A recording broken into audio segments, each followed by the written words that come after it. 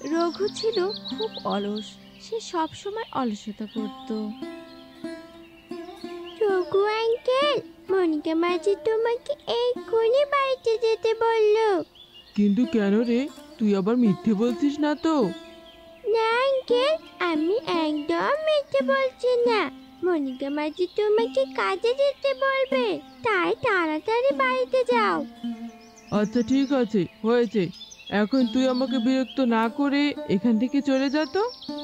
এরপর টুকি আর কিছু না বলে সেখান থেকে চলে যায়। আর রঘু গাছের নিচে বসে গান বলতে থাকে। তুমি কোন বা দেশে রইলা রে দয়াল সব, তোমায় না দেখলে বাঁচে না আমার প্রাণ, তোমায় না দেখলে বাঁচে না আমার প্রাণ, তুমি কোন বা দেশে। এভাবে রঘু গাছের নিচে বসে গান বলতে থাকে। আর তখনই সেখানে মনিকা চলে আসে। কি ব্যাপার রঘু, টুকি তোমাকে বাড়িতে যেতে বলেনি? কই না তো। কেন মনিকা, কি হয়েছে? তাড়াতাড়ি জঙ্গলে দানা খুঁজতে যাও। এভাবে বসে থাকলে তো না খেয়ে মরতে হবে। জানো, বনের সব পাখিরা জঙ্গলে দানা খুঁজতে গেছে, আর তুমি এখানেই বসে আছো।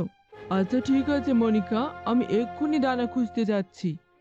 এরপর রঘু দানা খোঁজার উদ্দেশ্যে জঙ্গলের দিকে যেতে থাকে। আর তখনই পথে সুখীর সাথে দেখা হয়ে যায়। রঘু দাদা, কোথায় যাচ্ছো? জঙ্গলে দানা খুঁজতে যাচ্ছি। তাহলে বনের উত্তর দিকে যেও। উত্তর দিকে অনেক দানা খুঁজে পাওয়া যায়। আমি ভালো করে জানি তুই আমাকে সব মিথ্যে বলছিস। হয়তো দক্ষিণ দিকে দানা আছে, তুই সেখানে গিয়ে দানা নিয়ে আসবি, এজন্যই আমাকে উত্তর দিকে যেতে বলছিস। আমি কিন্তু উত্তর দিকে না গিয়ে দক্ষিণ দিকে যাব। কাউকে কখনো ভালো কথা বলতে নেই। তোমার যেখানে মন চায় তুমি সেখানেই যাও। এই কথা বলে সুখী সেখান থেকে চলে যায়। আর রঘু জঙ্গলের দক্ষিণ দিকে চলে যায়, কিন্তু সেখানে কোনো দানা খুঁজে পায় না। তারপর সে বাড়ির দিকে আসতে থাকে। আর পথে টুনির সাথে দেখা হয়ে যায়। রঘু দাদা, কোথায় গিয়েছিলে? আর বলিস না টুনি, আমি তো জঙ্গলে দানা খুঁজতে গিয়েছিলাম, কিন্তু কোনো দানা খুঁজে পাইনি রে। তুই কি আমাকে কিছু দানা দিবি? দানা বাড়িতে না নিয়ে গেলে যে মনিকা আমাকে বাড়ি থেকে বের করে দেবে। তোমাকে একটা ভালো বুদ্ধি দেই রঘু দাদা। আমি মাটির হাঁড়ি পাতিল বানাই। তুমি আমার হাঁড়িগুলো অন্য বনে গিয়ে বিক্রি করে যা টাকা পাবে তার অর্ধেক করে ভাগ করে নেব। তাহলে তোমাকে দানা নিয়ে আর প্রতিদিন চিন্তা করতে হবে না।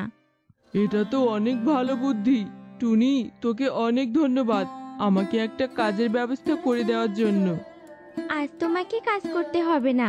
আজ আমার সাথে বাড়িতে চলো, তোমাকে কিছু দানা দেই, সেগুলো নিয়ে যেও। আর কাল থেকে কাজে এসো। এরপর টুনি রঘুকে নিয়ে তার বাড়িতে চলে আসে আর তাকে কিছু দানা দিয়ে দেয়। এভাবে সেই দিন কেটে যায়।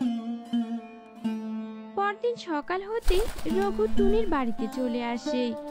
টুনি, আমি চলে এসেছি, এবার আমাকে হাঁড়িগুলো দিয়ে দে। ওই তো হাঁড়িগুলো রাখা আছে, ওখান থেকে নিয়ে যাও। আর বিক্রি করে কিন্তু এখানেই এসো।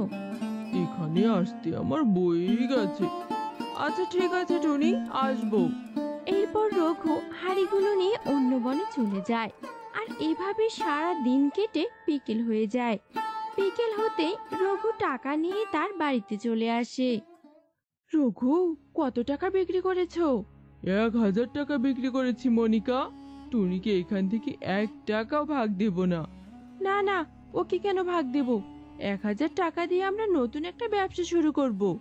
রঘু দাদা, আমার টাকা আমাকে দিয়ে দাও বলছি। তোমাকে ভালো বুঝে কাজ দিয়েছি, আর তুমি কিনা আমার সঙ্গে প্রতারণা করছো। যা এখান থেকে, তোকে কোনো টাকা দিতে পারবো না। তারপর টুনি আর কিছু না বলে সেখান থেকে চলে যায়। মা, বনে সবাই বলা বলে করছে কাল নাকি ঝড় নামবে। ঝড়ে তো আমাদের ভাঙা ঘরের চালা দিয়ে পানি পড়বে। মারে, তুই তো ভালো কথাই বলেছিস। কাছে তো একটা টাকাও নেই, কি যে করি। ও, মাথায় একটা বুদ্ধি এসেছে। আমি তো হাঁড়ি বানাতে পারি, তাই মাটি দিয়ে বড় একটা হাঁড়ি বানিয়ে সেটাই ঘর তৈরি করব। হ্যাঁ মা, তুমি একদম ঠিক বলেছ।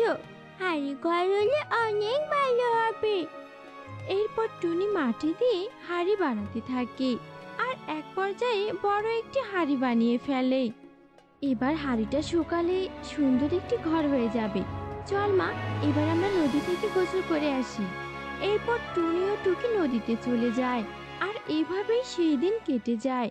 পরদিন সকাল হতেই মুষলধারে বৃষ্টি পড়তে থাকে আর জোরে বৃষ্টির কারণে রঘুর ঘর দিয়ে পানি পড়তে থাকে আর পানিতে রঘুর সব টাকাগুলো ভিজে যায়।